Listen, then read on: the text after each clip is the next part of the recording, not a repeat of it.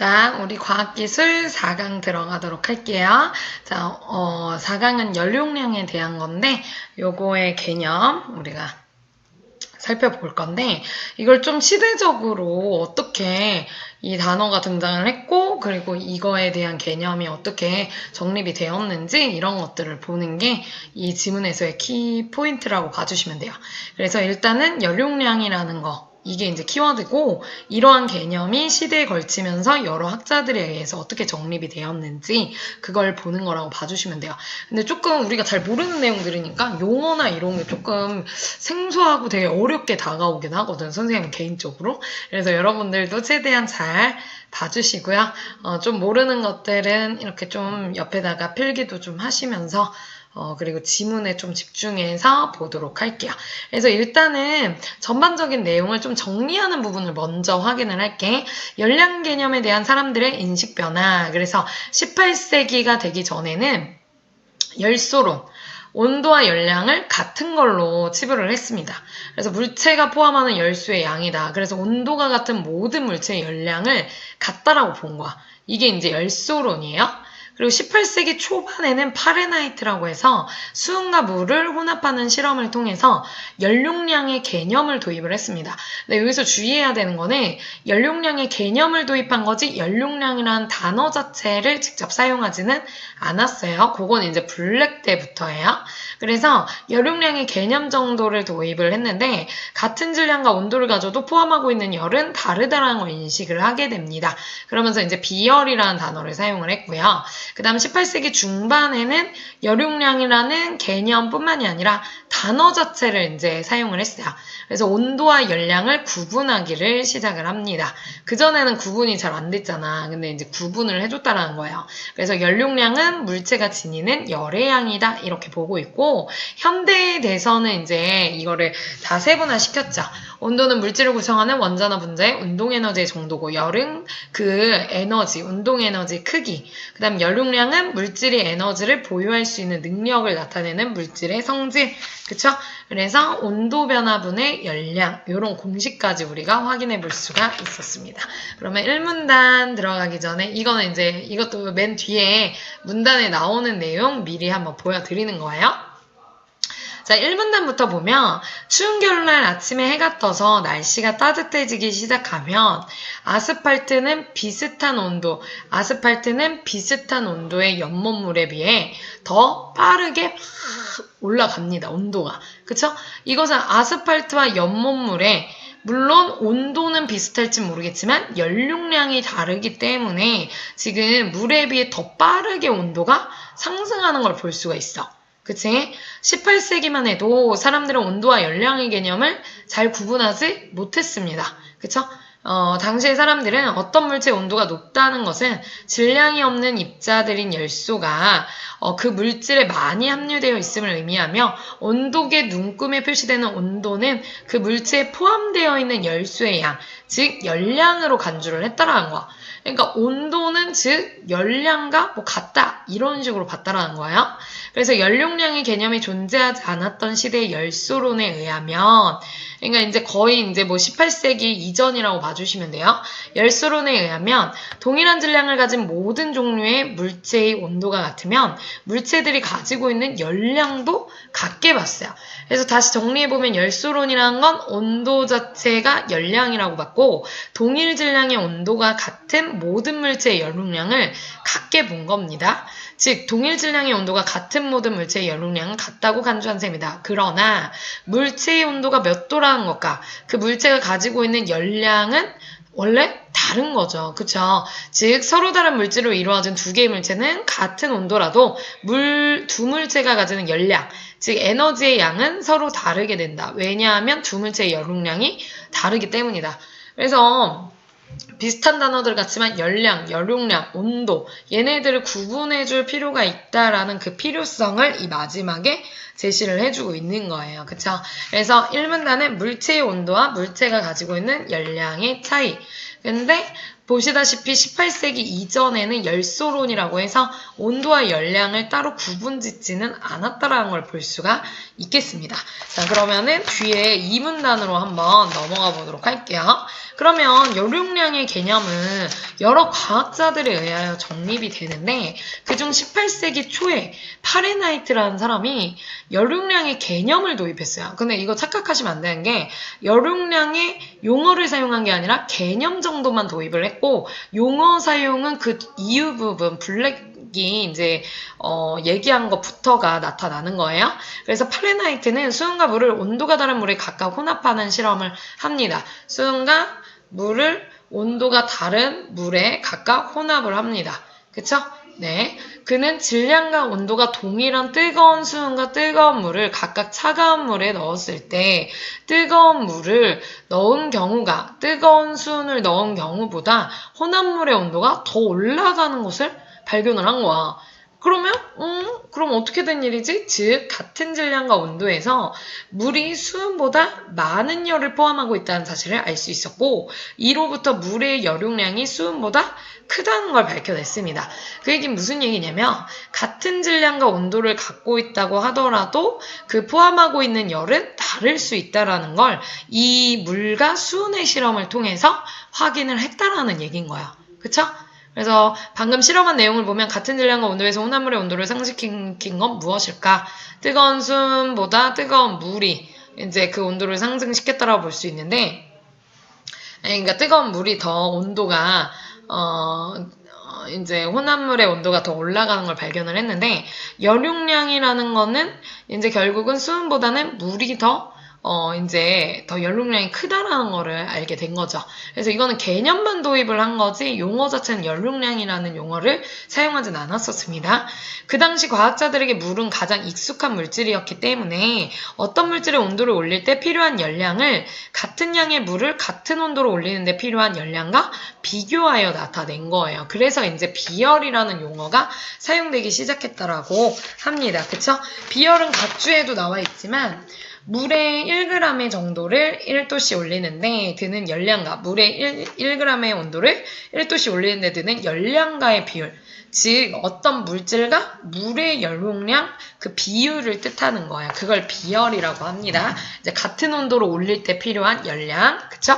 그래서 여기서는 파레나이트의 실험이 가진 의미에 대한 얘기였어요.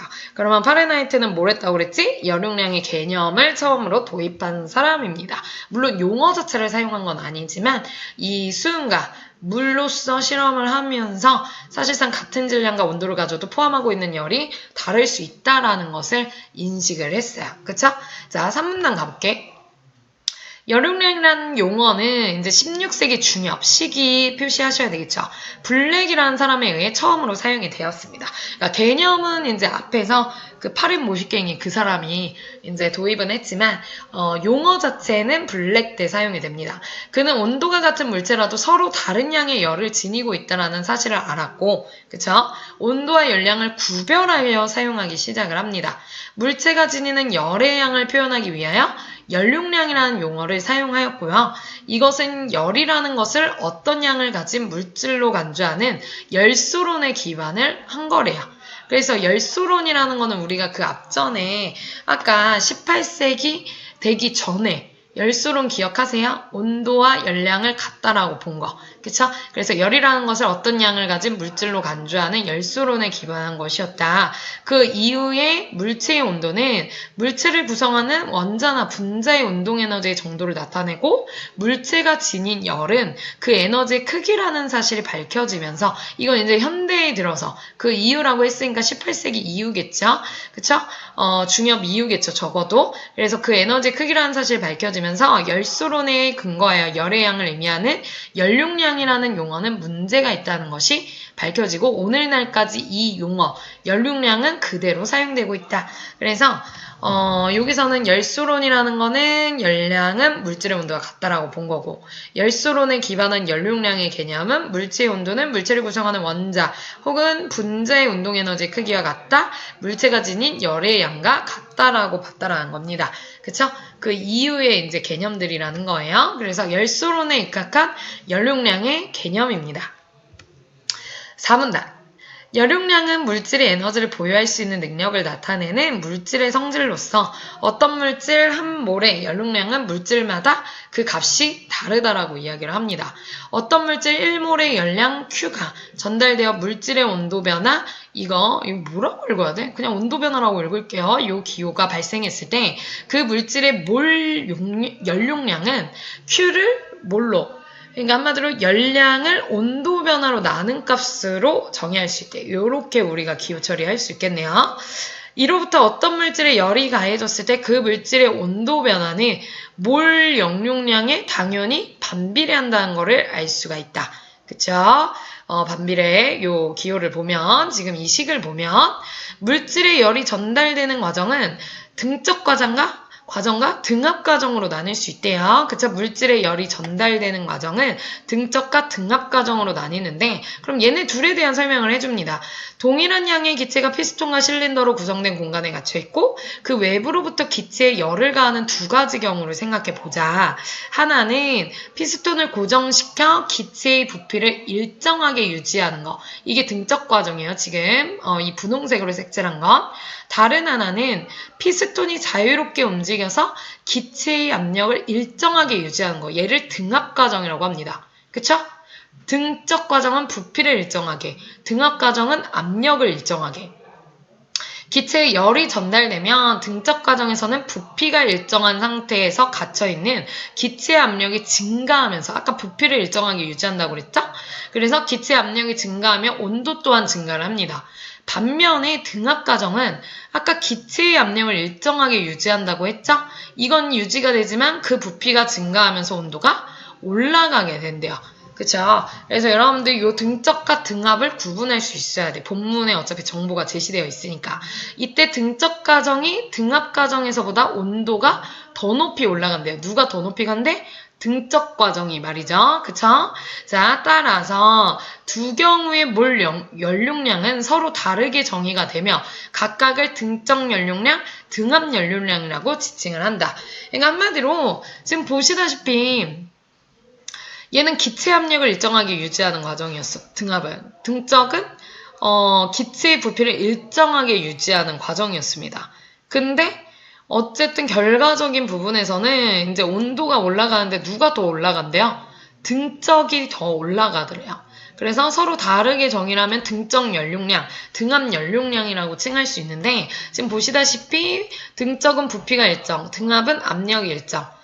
둘 다 이제 열을 전달할 때 얘는 등적 과정은 기체 압력이 높아지고 등압 과정은 이제 압력이 일정한 대신 기체 부피가 올라가는 거죠.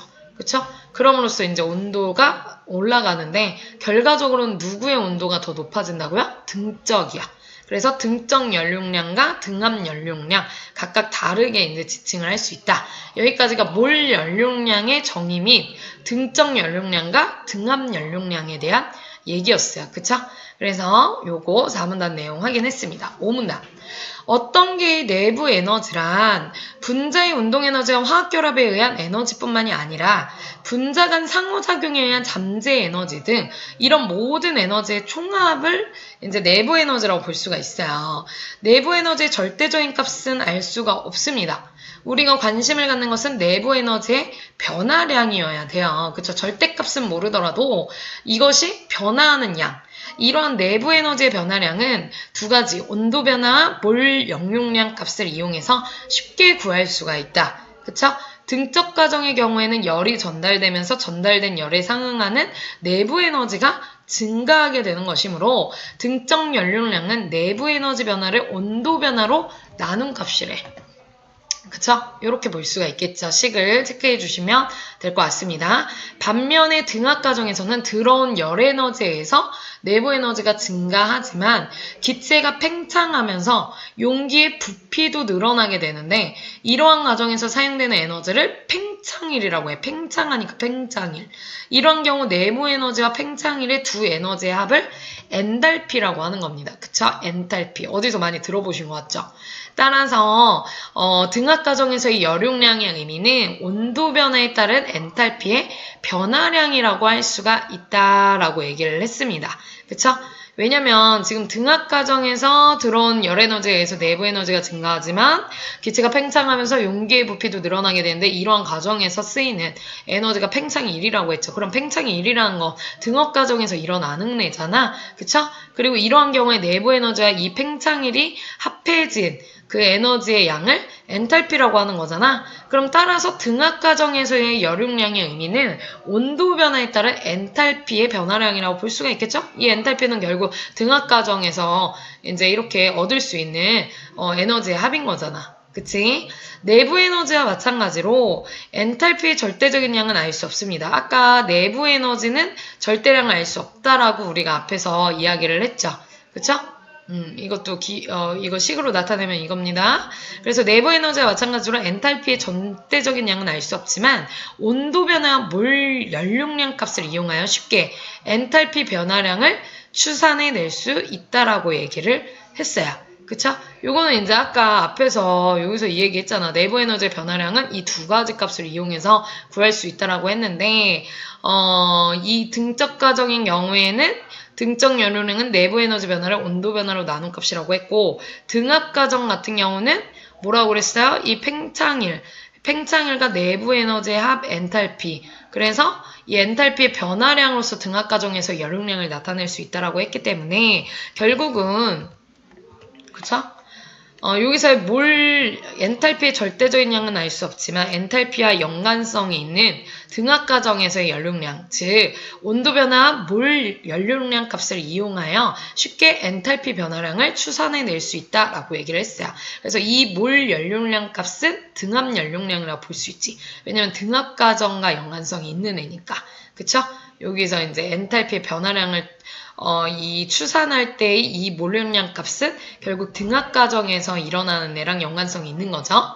연료량 개념은 과학에서 매우 중요한 비중을 차지한다. 물질의 가장 중요하고 기본적인 물성으로 여겨질 뿐만이 아니라 온도 변화와 연료량을 이용하면 어떤 공정의 내부 에너지 엔탈피의 변화량을 구할 수 있기 때문이다. 그래서 연료량 개념은 이렇게 두루두루 과학에서 중요하게 사용한다 라는 얘기를 해주고 있습니다. 그래서 요거는 뭐 사용설명서에도 나와 있는 내용이긴 합니다. 그래서 등적 과정에서의 열용량은 등적 열용량, 등압 과정에선 당연히 등압 열용량, 일정한 거는 등적 과정은 부피가 일정하다라고 얘기를 했고 등압 과정은 압력이 일정하다라고 이야기를 했어요. 그래서 내부 에너지와 엔탈피 변화를 얻기에 유용한 열용량에 대한 거였습니다.